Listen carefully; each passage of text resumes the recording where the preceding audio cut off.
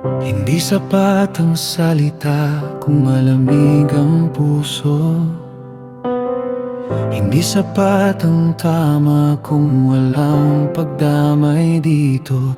Dahil ang katotohanan na walang pag-ibig ay maaaring maging sugat sa halip na lunas sa sakit.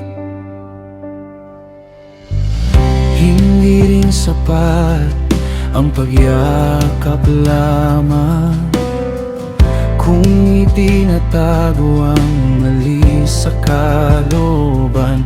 Dahil ang pag-ibig na walang katotohanan ay nawawala sa tamang daan.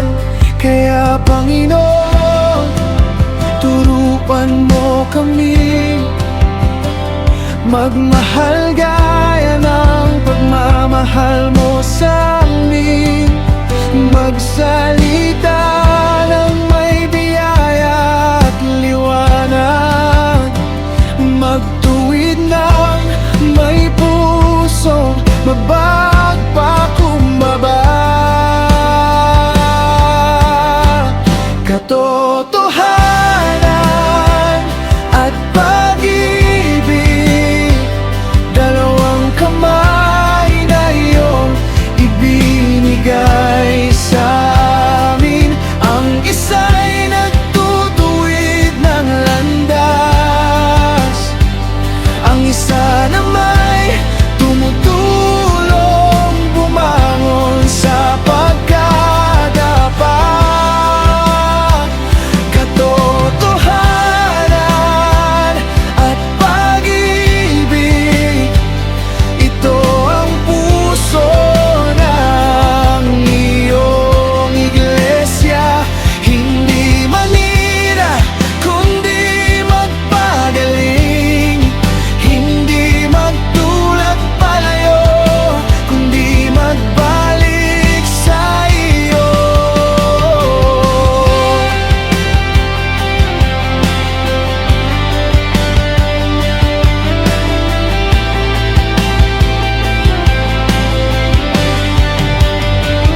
Gaya ni Jesus, puno ng biyaya, ngunit hindi niya iniwan ang katotohanan. Hindi niya kinunsinti ang kasalanan, ngunit niyakap ang pusong nagsisisi at nangangailangan. Kapag kami magsasalita,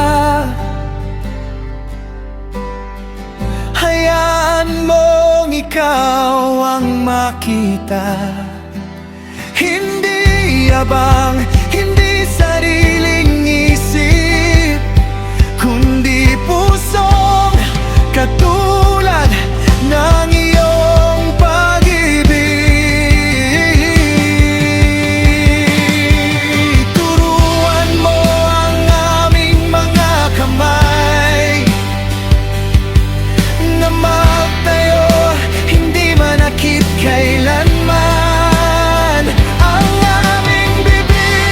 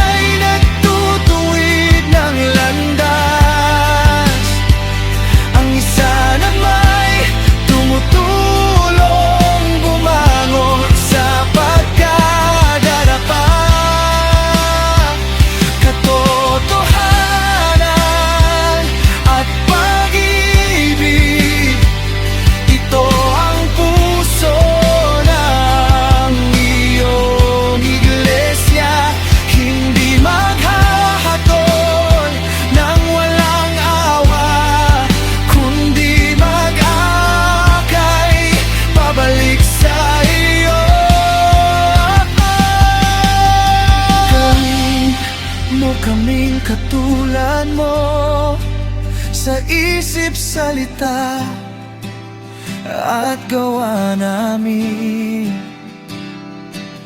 Ang liwanag mo ang aming dalhin, at pag-ibig mo ang aming ipakita.